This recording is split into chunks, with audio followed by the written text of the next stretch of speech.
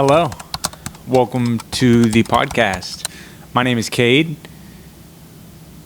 and this is a story of how I was internally decapitated and survived. In July of 2024, I impacted a tree. I spent 6 days in a coma, and when I woke, I had to relearn to do everything: how to move, how to speak, even how to swallow. Even just swallowing spit. The exact mile per hour is not confirmed, but it is estimated to be approximately 100 miles an hour. My motorcycle was 75 yards away from me when they found me, when EMS arrived. My blood pressure was 55/20. Immediately rushed into surgeries, x-rays, CT scan, MRI, the whole 9 yards, where it was found that my C1 and C2 had separated with no residual spinal cord damage. It's a miracle that I am talking, let alone walking, with little to no assistance. Yeah, I was stabilized and spent 20 days in ICU and then moved up to the med-surg floor. My total stay in the hospital itself was 56 days, and immediately I was transported to inpatient rehab, where again I learned to do everything, because in the hospital, 56 days I got out of the bed, whether I was being transported to more x-rays, the surgery table. Since July of 2024, it is now September 23rd, 2025. I have had over 20 surgeries related to the accident. It's been a journey, to say the least. This whole process has been a journey. Beyond blessed, to put it nicely. I'm thankful for every single caregiver that has laid their hands on me throughout this journey, my family that has helped out, friends that have came to visit, even random people that have come to show support. I am very thankful and appreciative to each and every single person who has shown love in this dark time. There is light at the end of the tunnel, though. There are lights in the tunnel, Yeah, kind of just to, I guess, explain everything that had happened. Was the first thing first, they wanted to make sure my neck was A-okay. 6 days after my accident, I had a halo placed, which... Let me backtrack all the injuries. Let me just list out all the injuries. I have some notes here. I came prepared. Internal decapitation, medically known as atlanto-occipital dislocation, is a rare and devastating injury that occurs when the ligaments holding the skull to the top of the spinal column are severed. The name refers to the internal separation of the head from the neck while the skin and muscles remain intact. Chocolate. I remember when they first invented chocolate. It's a miracle I'm here. Absolutely wild. There are other cases of this injury. It is very rare and very fatal. Most people aren't as fortunate as me when it comes to the spinal cord being injured. There has been multiple injuries where they did survive, but they were paraplegic. So, I thank God for it every day. Fractured L4, L3, fractured my tailbone, fractured my pelvis in multiple locations, and tibia and fibula snapped in half. Looked literally like a toothpick. If you were to break a toothpick in half, is what my leg looked like. I don't know if I will share pictures or not on here. I don't know if YouTube will take it down or whatnot. Those who are close with me, I've shown plenty of pictures too, and it's horrific. So, cervical repair, external fixation to the leg, abridgment of the leg, cervical halo placed, and the halo that was placed on my head to stabilize. I don't know if you've ever seen Mean Girls, but Regina George had a halo on. I believe she got hit by a bus. I forget what it was. I was in rehab in Halloween of last year, and I was joking, saying I was going to be Regina George. Of course, I ended up being Batman, but You get the gist. A cervical halo is the ring component of a halo vest, a device used to immobilize the cervical spine after severe injuries or surgery. So basically, I had a sheepskin vest, carbon fiber vest, that was, went around my entire body. And then I had 4 screws drilled directly into my skull. I had 2 on my forehead and 2 on the side, and a big titanium ring. They were not pleasant. I had to get them cleaned every day, every single day. The pins had to be cleaned and wrapped with Zeroform, which is like a sort of antibiotic incorporated wound covering. And yeah, it was not pleasant. It stung like crazy. It hurt. I couldn't move my neck, so every time I was looking around or doing anything, I was just looking with my eyes like that, because that was the purpose of it, to inhibit my neck from moving while the fusion set and everything healed in my neck. Debridement surgery, I've had multiple on my legs. Surgical debridement is a medical procedure that involves removing dead or infected tissue from a wound. The goal of debridement is to promote wound healing by removing obstacles to the process. So I was apparently in some sort of like creek bed. There's not really a creek by the accident site, but there was, I guess, some sort of water, sitting water. My bone was exposed and it had mud on it. I mean, my jeans were soaked with blood. I was wearing gear. I think I would be a perfect showy sales representative due to the fact my face, I think I had a scratch, but everything else was like practically untouched besides my neck. I was wearing a Climb Marrakesh jacket. I had on dirt bike gloves and then some True Religion jeans and some Vans. I'd never really wore riding gear below the waist. I always had my jacket on, though, which had D3O, back plate, elbow, and shoulder pads. So I really cannot thank Climb enough for practically saving me or really just inhibiting any more severe injuries that I could have sustained if I did not have on adequate gear. Yeah, so multiple debridement surgeries. Fixator, external fixation. Let's talk about that real quick. So if I'm not mistaken, you can fact check me. I'm trying to fact check myself as much as I can here. External fixation, basically they set my bones back to where they were supposed to be and aligned them correctly, or as best as they could. And there are pins that are placed straight through my bone to hold it in place while it's trying to heal on its own. Now, with as severe of a fracture, compound fracture break that I had, I did require a intramedullary nail. So the inside of my tibia was reamed out. They drill out the inside of my tibia and then hammer a titanium nail from the top of my knee all the way down to my ankle. I mean, it's the whole length of my tibia. Upon that surgery, they took cultures from my bone, and I ended up having a fungal infection.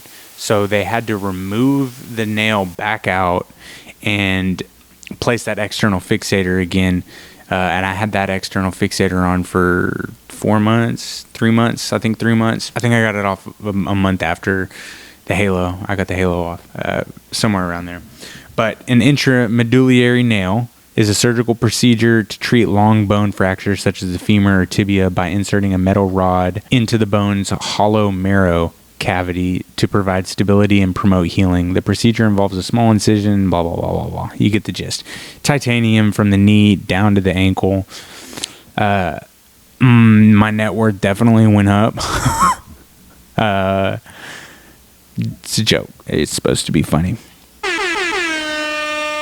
So yeah, I mean, nail placed. On top of that, I was on antifungal medication, not oral. This was intravenous, IV. Now, I was on such a large quantity of IV medications that they decided to do a PICC line, which is different than a central line. A PICC line, which side? I think I got it on my right side. Basically, they cut a little hole in my bicep, in the middle of my bicep, and with a sonogram, they guide a catheter straight through my vein to above my aorta of my heart. So I was getting administered medication straight to the heart. I mean, morphine, my antifungal stuff, everything that I wasn't taking orally was going straight through my PICC line and going straight into the heart. Direct injection. More debridements. The big surgery that I ended up having in about the middle of August, they did a flap. So they took my thigh and put it on my leg. It was basically the only way to save my leg. That was a 9-hour procedure that I was intubated and being performed on.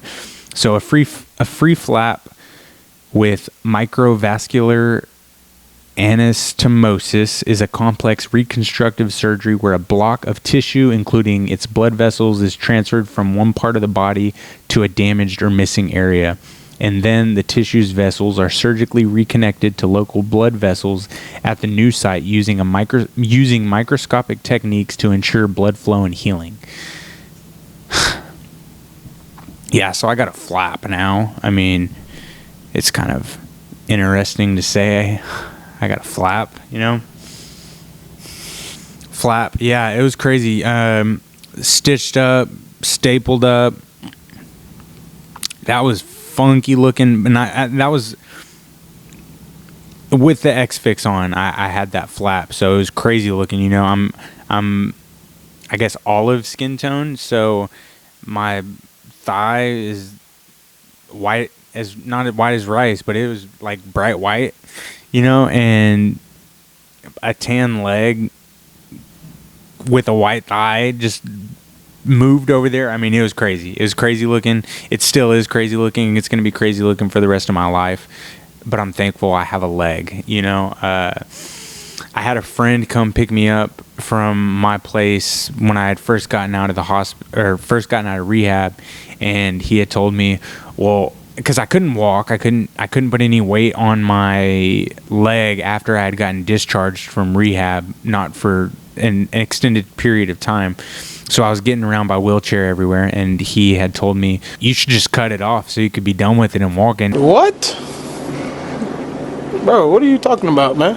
And that is a valid point. That is accurate. I could have chose to have them amputate from the knee down, and I probably would be back to a new normal, you know? Obviously, when I was in my coma, the medical staff made the professional decision to keep and try to save my leg. And I'm thankful for that because I have a leg now. You know, I'm not peg legging everything. Very thankful for my leg. And if you have two legs, be thankful for them, because there are a lot of people, I mean, I don't really know if a lot is the right word, but there are people that have to have amputations that are just born with physical deformity. So be thankful if you have every part of your body that is working correctly, everything, you know. Be thankful for your flaws, because some people would kill to have your flaws. So yeah, that was free flap. Let's see what else I got here. Skin graft. They took skin from my left hip and moved it over from where they took the flap from. External blah blah. Blood clot. Yeah, I had a blood clot just because I was immobile for so long. It was a minor blood clot though. It wasn't a major, like, bad blood clot. So 56 days in the hospital, all the surgery, majority of the surgeries. I get transferred to inpatient rehab, Baylor Scott and White. Shout out Baylor Scott and White. Shout out my OT. Shout out my PT. You know exactly who you are. I just about work with every therapist in there. So shout out to every single one of y'all. If you watch this video, like this, share this, you know, I appreciate any support I can get. And y'all are miracle workers. I cannot stress that enough. I am beyond thankful for every single person in that inpatient rehab setting. The nurses, the receptionists, the charge nurses, you know, the techs, and then of course my therapist, my OGs, my therapist. They know, both of them know exactly who they are. Love y'all. Thank you. Again, thank you for everything. So, back to the plot. 56 days in a hospital bed, 2.5 months in rehab, and I mean, I'm still counting the scars. A lot of small wins, a lot of big wins. Small wins to me, or small wins to you, big wins to me. I can't stress that enough. Even going to the bathroom, you know, for while I was in the hospital, going to the bathroom, I wasn't able to get up and go to the restroom. We tried the bedpan, but it didn't really work. So there was some decision made one day that I was like, just go on yourself. So I had to defecate on myself. Talk about ego killer. Just very humbling experience. Very humbling experience. Months. I pretty much went on myself and had to get rolled over and cleaned because I couldn't. It was just a process. It was a whole process. And I'm thankful for all the nurses that helped. I'm sorry, but thank you. Okay, back to rehab. Where am I at in this story? First day in rehab, I am transported via ambulance to inpatient. I'm in my hospital gown, you know. I was so thankful to be outside. Going from the hospital bed onto the stretcher into the ambulance was amazing. I mean, it was my first time outside. Of course, I could see outside, and I mean, I could kind of see outside. I could look out the side of my eyes and see, but I couldn't do anything, you know? Like, I mean, I was just in a bed, pretty much stuck. So, first day in rehab, not even settled in. I still have my hospital gown on. My occupational therapist comes and greets me. She is if you've ever seen if you've ever seen Over the Hedge, she's like that squirrel. What is his name? I don't know his name. It's Hammy, I think. Hammy in Over the Hedge. ADHD, amazing attitude, 24/7. Unless you get on her bad side, then, you know, it's whatever. Me and her, we pimping. So, anyway, day one, arrive at rehab. I get transported outside, and I did not want to get moved because every little bump in the ambulance ride and moving the stretcher to the hospital, or moving in the stretcher to the ambulance, getting transported in the hospital bed down to surgery, every little bump, I mean, I'm talking about like where the tile meets in the floor and there's just a little ridge. Excruciating pain. I honestly think that's an understatement, is excruciating pain. It was unbearable. I mean, I was screaming at every little movement. So not fun at all. Not fun. But she jerry-rigged this contraption to a wheelchair because I had this big fixator on my leg and every little bump was terrible. I'm pretty sure she used a 2x4 that she got from I don't know where, and used Coband, like the medical Coband that, you know, you spat cleats with. She Coband this 2x4 to the wheelchair to support my leg. It was phenomenal, and I got outside and I started crying. I don't know if I'll use the video or not, but if I do, then here it is. All right, enjoy the beautiful weather. Thank you. I'm outside.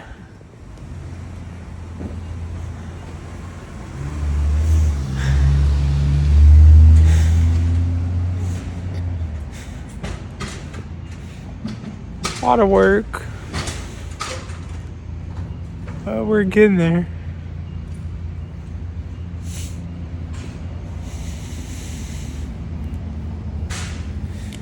Slowly but surely. Thank God I'm alive, and thank God I'm breathing, and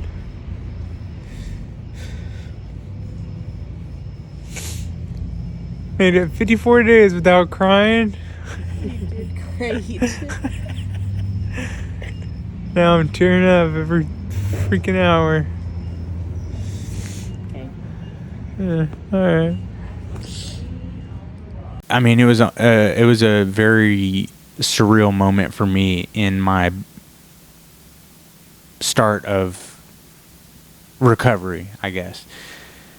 I mean, I had little to no idea. You know, I grew up an athlete. Prior to the accident, I was a professional golf caddy, so I'm walking 10 miles a day, sometimes more, with 40 pounds on my back. You know, like I was used to being active, moving around, and I was an avid golfer. Before the accident, I was golfing 6 times a week. I mean, golf fiend, you know, and to be put in this position, I kind of just mentally, now I blame a lot of it on the medication as well. I was very heavily sedated in the first part of my hospital stay. Presidex, fentanyl, morphine, tramadol, Tylenol, ibuprofen, OxyContin, oxycodone, hydromorphone, like you name it. Painkiller wise, it was probably going through my blood. So I was always kind of loopy for the first few months. I kind of just was like, y'all don't know what you're talking about. I'm about to get up and walk out of here. Yeah, no. There's a video that my aunt took. My mom had asked, like, for people to not be recording me, because I was in a very critical state. Of course, now we look back and we laugh at some of the things, but I was in a very critical state at the time being, and my girl wasn't even in the hospital room. My aunt is like sneakily recording me, and you can hear me like, will you get up so I don't have to? Like, that was always my mindset. Like, Mackenzie!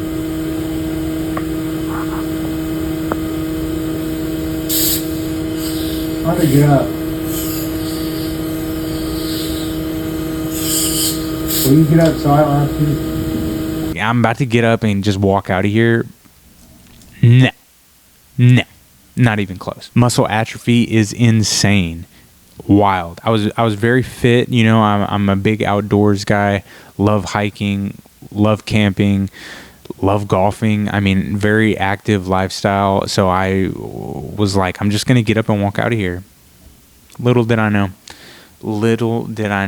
you know, one of my caddy friends had gotten hurt on the job and messed up his shoulder blade or something in his shoulder, and he has been out for like 3 weeks, I think. I don't know at this current time, but it's been a while that he's been injured. And I mean, he's even telling me, you know, the muscle atrophy is crazy. You can see it, you can feel it. I mean, you might not even be able to see it on some people, but you can definitely feel it. I mean, it is a real thing. So stay active. To everybody, get your steps in. I mean, there's days where I did 30,000 steps, you know, like, get your steps in, stay active. I also feel like that helped propel me in the correct direction on my recovery journey, was my active lifestyle prior to. You never know, accidents happen all the time. Stay fit, stay agile, stay ready to go, you know. You never know what's going to come up. Yeah, muscle atrophy. I mean, small wins, a lot of small wins for me. A lot of big wins for me, I should say. I'm sorry.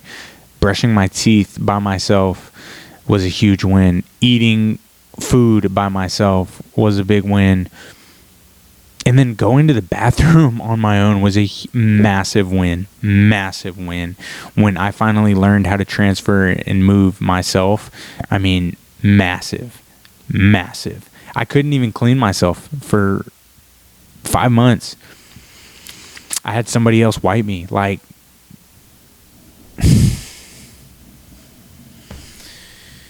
I mean, shout out to everyone. If you ever wiped my ass, you know, like, thank you. You're appreciated. You're loved. But I'm sorry you had to go through that. I know it's your job, but, like, I'm sorry. Yeah, I mean, rehab was amazing. You know, I went from lifting 1 pound weights, doing stuff with 1 pound weights, especially once I got my halo off. Once I got the halo removed, I didn't have any restrictions in my movement, so I was able to go up, go down, you know, do everything that I couldn't do prior. Yeah, so I was restriction free besides my leg. Up top, I was good to go. You know, I had to work on moving my neck to the left, to the right, down, up, the whole 9 yards. And then same with the arm. Like, I wasn't able to lift my arms above this. I mean, not even that. Like, pretty much up to, I don't know, what is that, 90 degrees, 45 degrees? I'm not a math whiz. All I know is deposit and withdraw. But yeah, once I got the halo off, like everything, I was able to move around. I was able to look outside without turning my entire body. I was able to sit up on my own. You know, that was another huge win for me. When, you know, the hospital beds have remotes, you can tilt up, you can tilt down, you know, you could do whatever. I didn't sit myself up for the longest time. I was just using the hospital to sit me up because I couldn't. I had the halo on. It restricted me. I got chunky too. I got up to 220, which is my ideal weight. I'm 6'1". 220 is right where I wanted to be, but not fat. I got down in the hospital. I was on a feeding tube. I got down to 175 pounds, 180 pounds. I don't know. My mom has it somewhere. And then in the hospital, I got all the way up to 220. Well, in rehab. I call rehab the hospital because it basically is a hospital. Everybody's walking around in scrubs. You got a doctor checking on you every day besides the weekend. Felt like a hospital, smelled like a hospital, looked like a hospital. So, I mean, if it walks like a duck, quacks like a duck, it's probably a duck. Even in the front, it said hospital entrance. Like, so in total, it was 139 nights, 140 days in the hospital setting, at least 56 days in acute care, and then 2.5 months in inpatient rehab, which is actually crazy. I was the youngest person in the rehab facility by far. Everybody else was in their 50s, 60s, 70s, you know. So I'm getting sidetracked. I'm sorry. The restriction, lifting weights, 1 pound to 3 pounds to 5 pounds to 10 pounds to 15 pounds, not in the facility. At least when I got out of the facilities, when I really started getting back into the gym and up in my weight, which if you ain't gone to the gym today, get in the gym and get your weight up. You know what I'm saying? Oh, that's another thing. I didn't even go over post-surgery neuropathy that I had. Post-surgery, this is when I had the flap done, the big 9-hour procedure. Post-surgery neuropathy is a nerve damage occurring after surgical procedure, resulting in symptoms like chronic pain, numbness, tingling, weakness in the area of the surgery, or a wider distribution. So when they did the surgery on my leg, I woke up with bilateral numbness. Couldn't move my left arm or my right arm, so I immediately went and got a CT scan. Everything was fine up top, and my left arm returned back to normal, but my right arm, I ended up later finding out when I got an EMG that I have median nerve problems. So the median nerve controls the thumb, the pointer finger, middle finger, and half of the ring finger. I couldn't extend my arm for the longest time. I couldn't really move my arm for the longest time, let alone extend it. So it was kind of locked like this. And then any movement I had was just these two fingers. Now, you know, I can make an okay sign, touch all the tips of my fingers with my thumb, and it's still a problem. Tomorrow I'm actually having carpal tunnel release surgery. Surgery number, I don't know, 25. I'm losing track. It's a good thing my mom is taking notes because she is a lot more responsible than me. Anywho, yeah, so, I mean, one motorcycle wreck ended the life I knew and forced me to build a new one from scratch. Point blank. Period. Photos. I mean, I still want to ride, but I definitely know the cost. My lady has told me she's going to leave me if I ever do. My mom told me to shoot her if I ever do. My friends all call me an idiot. It's an addiction. Motorcycles are a drug. A drug. Straight adrenaline. You know, everything. I've been on crotch rockets. I've been on cruisers. I've been on adventure bikes. I've been on, you know, my Harley. R.I.P. She's in Harley heaven. My girl Quinn. It's an addiction. Dirt bikes are less. A lot of people say, why don't you just get a dirt bike? Like, no, dirt bikes are an excuse to get hurt because you're not riding them on the street. You're riding them out in a forest, wherever, on a track, like balls to the wall, getting ready to go. I'm going to do it on a track in a street bike, though. Panigale loading. But yeah, no dirt bikes. My current recovery situation, I'm still working on my leg. I'm going to rehab every week, 3 times a week, OT, PT. I still don't have full range of motion in my knee. That is another problem, you know. You play stupid games, you win stupid prizes. I've said that quite a bit, and my lady hates me for that, but I love you. Yeah, so I'm just doing what I can to progress and to get stronger and, you know, trying to be as healthy as I can be. Still not able to really pursue what I was doing prior to, and I'm kind of working on some new stuff. I got a ton of hobbies, so thankfully I've been able to kind of keep myself occupied and keep myself busy while I've been locked at home. Locked up, they won't let me out. I'm steady trying to find the motive. Why do what I do? Freedom ain't getting... Okay, anyways, I'm sorry. Yeah, current recovery situation, I have a great emotional support team. You know, I'm still following up with my plastic surgeon, my orthopedic surgeons, neurosurgeon, nephrologist, psychologist, therapist, occupational therapist, physical therapist, blah, blah, blah, blah, blah, blah, blah. Like, I mean, just PCP, chiropractor, like everything. I'm busy. I stay busy, you know. So I'm thankful to be on the road that I'm on. I'm thankful for the support. I'm thankful for my belief and faith in God. The only reason I'm alive today. Yes, the medical team did what they did and saved me, but they wouldn't have been able to do that as efficiently and effectively if not for the Lord's hand on them while they worked on me and saved my life. So all praise be to the highest. Let me see, I got applause on here. You know what I'm saying?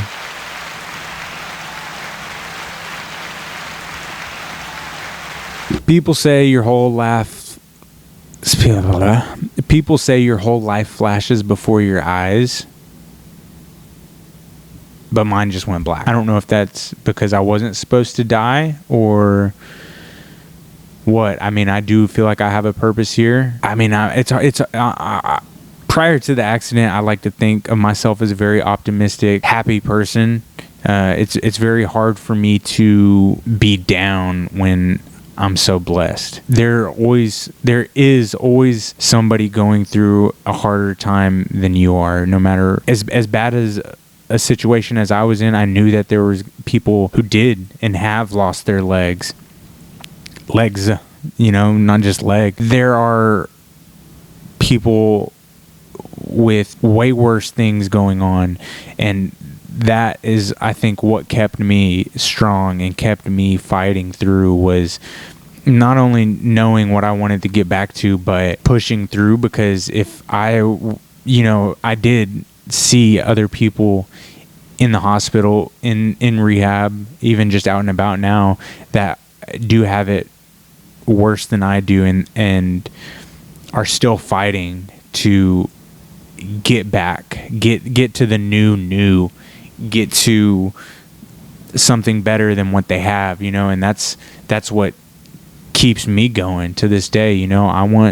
I don't want this wreck to define me. Now, prior to my accident, motorcycles really did kind of sum up my personality. Motorcycles, guitars, golf, like my girl. I am very thankful for everything that I have, you know, and everything that I have did not come easy. So why would I just let it go away because I got into a wreck, you know? There's a lot worse that could be going on, and I'm thankful that it's not. So yeah, I'm still just like working on me. I'm bettering myself, you know. I don't really know where this podcast is going to go or how it's going to go. So bear with me, please. If you're a family member, I love you. If you're a friend, I love you. If you've made it to the end of this video, I love you. If you made it to the end of this video, please log into something, make a fake account, like, comment. Please, if you made it to the end of this video, that would mean the world to me. We're going to see where it goes. I always dabble in quite a bit of stuff, and I think my story can definitely help people get through what they're going through. And who knows, I'm probably going to pick up a few things along the way as I bring people on to this platform and give them the opportunity to speak and share their mindset and their view on points. So I don't know, stay tuned. I really don't know how to end that. Like, I don't know how to end this, so I'm just gonna, I guess, cut it off here, and you'll see it when it comes out. I love y'all. Don't count me out. The game just started. Those are all my sounds. Oh, I gotta show you my cat too. This is my big blessing right here. I think that kind of summed up. This is Katniss, everybody. World. Katniss world. She's a beautiful white and gray tuxedo cat.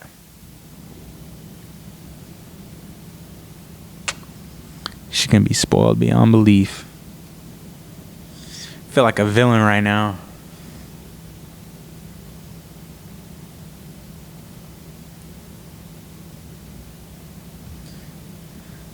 Oh well, we'll figure this out, and yeah. Peace. Say see ya. I just wanted to say one more thing. I kind of cut it off and I've kind of bounced around. If I didn't cover something, ask me a question in the comments, DM me, I'm sorry if I'm missing out on something. I feel like I'm missing something, but shout out to every single medical staff personnel that is out there. Whether you work in HR, whether you work in the parking lot doing valet, whatever you do in the healthcare, you are appreciated.